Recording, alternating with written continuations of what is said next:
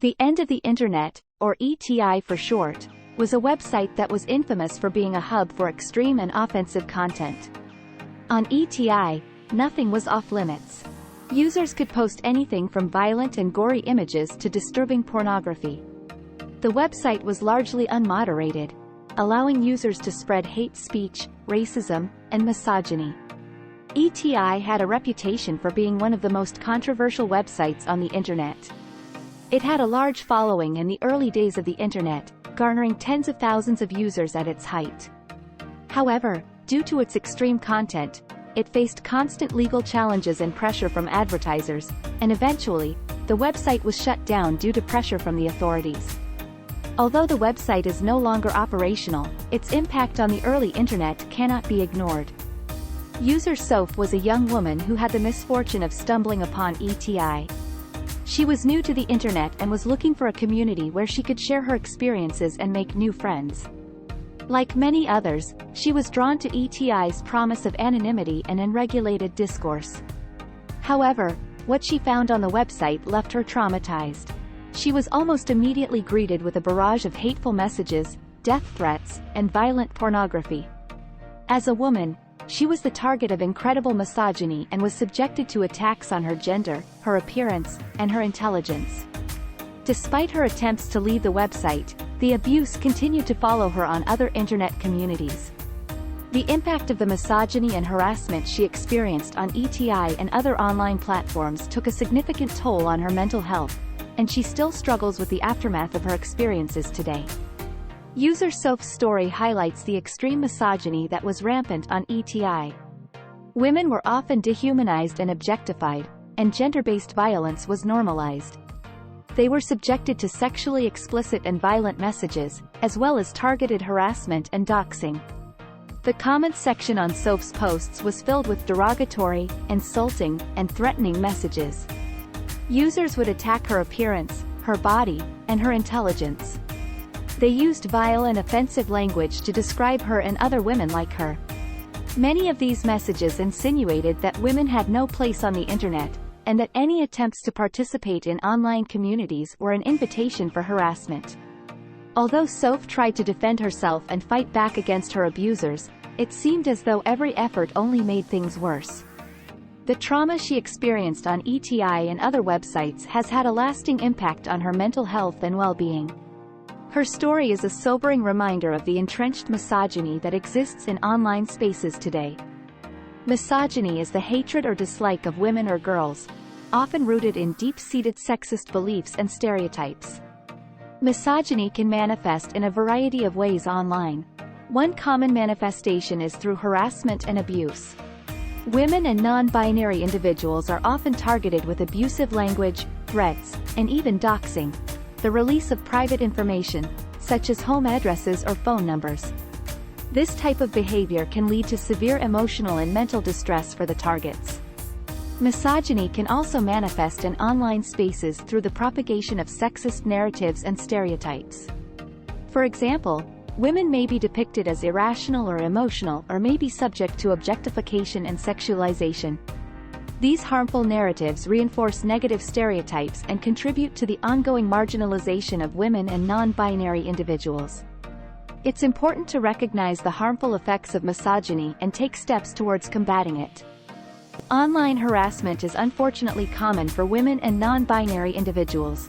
Some examples of online harassment include the use of sexist or demeaning language, threats of physical or sexual violence, and stalking or doxing.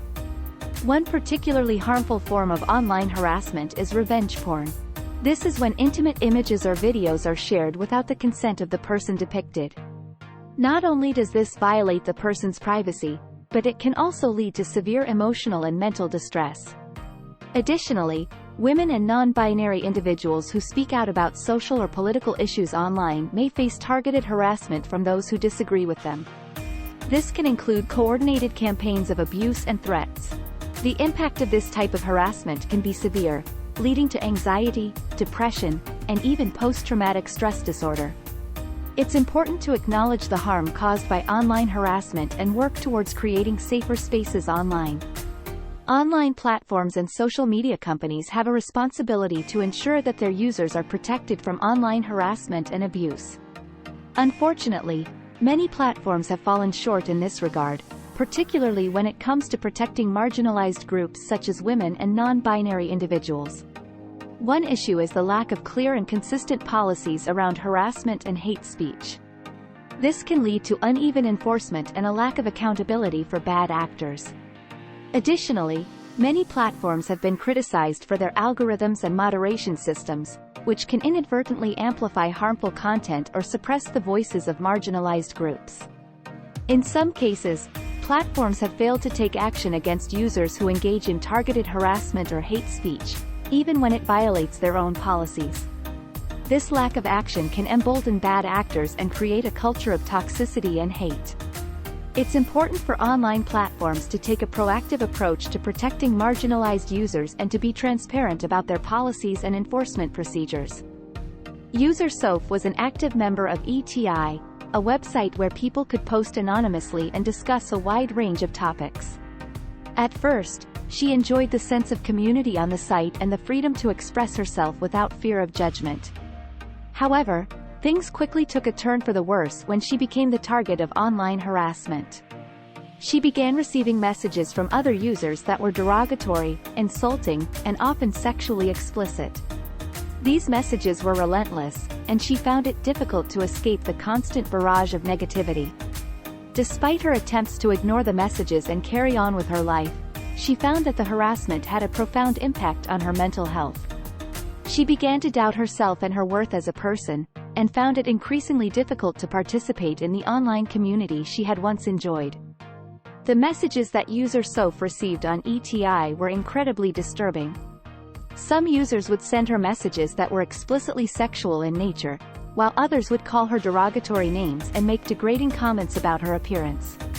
Some messages were even threatening in nature, implying that they knew personal information about her and would use it to harm her if she did not comply with their demands.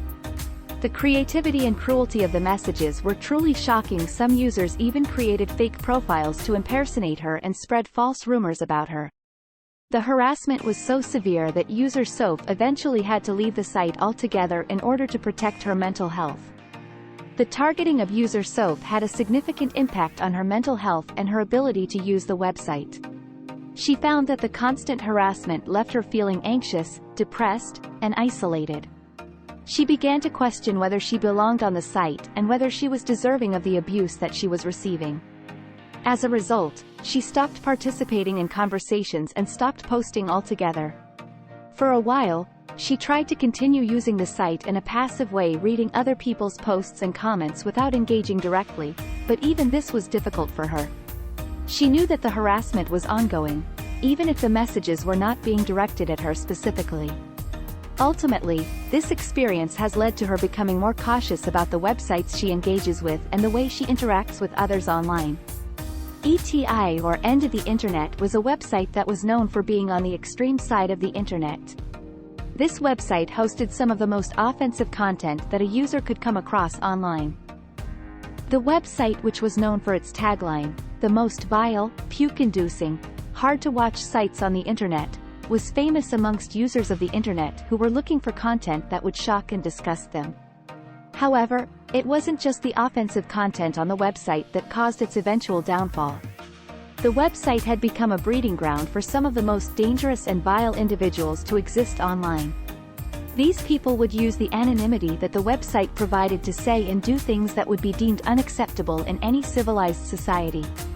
The website had turned into a place where people would boast about their hatred for people based on their race, gender, or sexuality. This caused a lot of controversy and outrage, which eventually led to the website being shut down.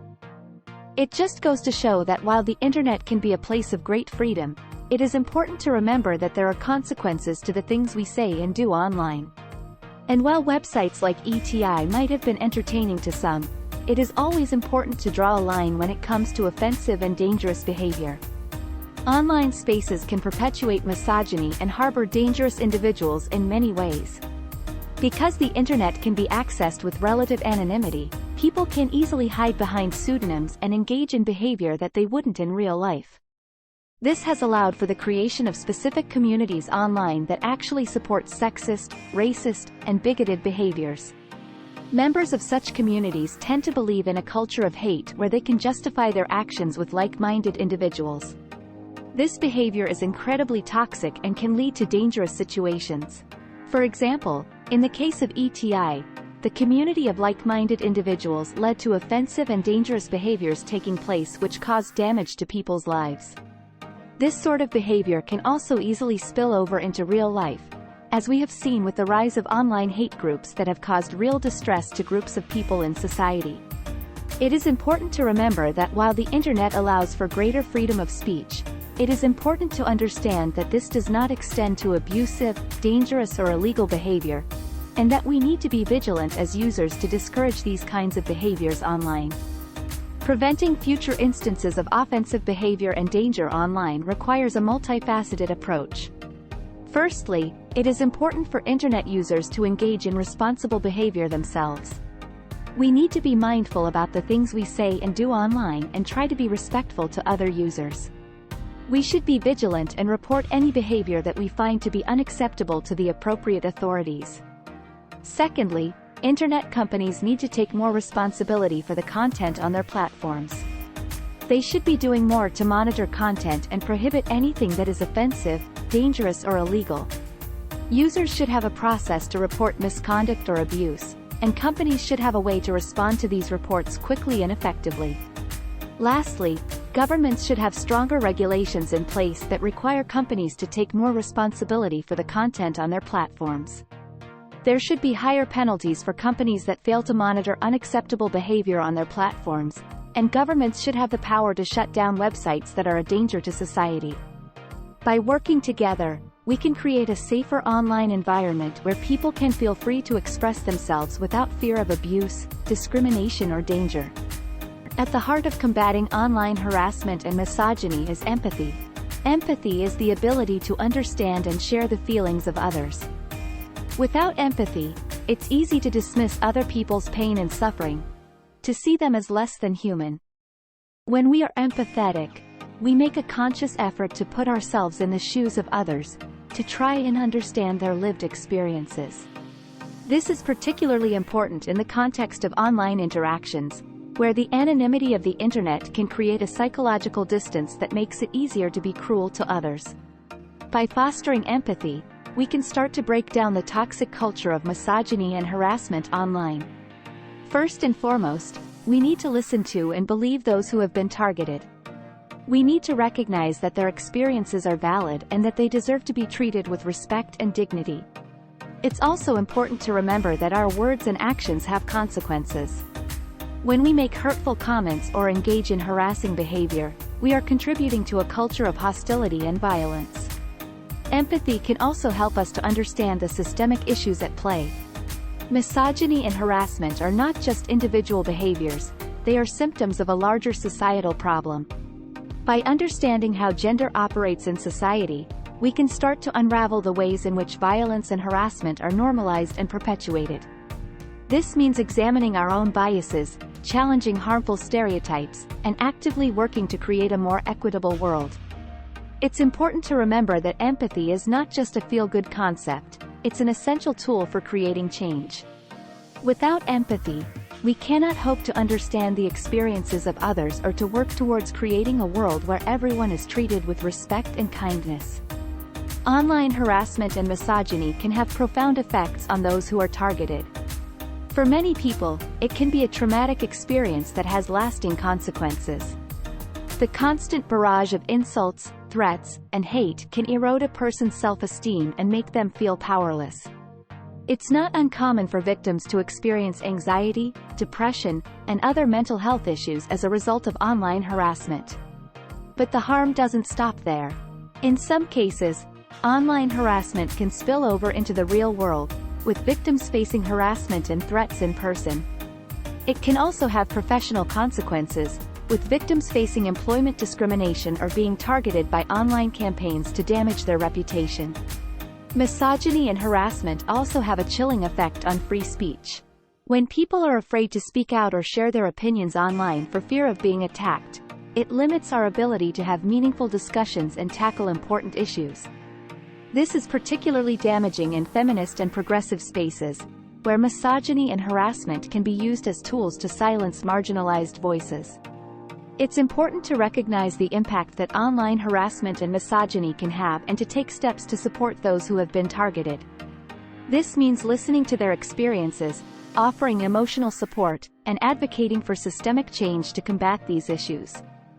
Creating safe and inclusive online spaces is essential for combating online harassment and misogyny.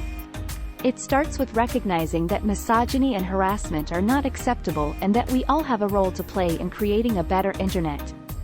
One important step is to actively call out misogyny and harassment when we see it. This means speaking up when we witness someone being targeted, and not staying silent when we see harmful behavior. It also means not engaging in or perpetuating harmful behavior ourselves. Another key aspect is creating community guidelines for online spaces that actively promote safety and inclusion.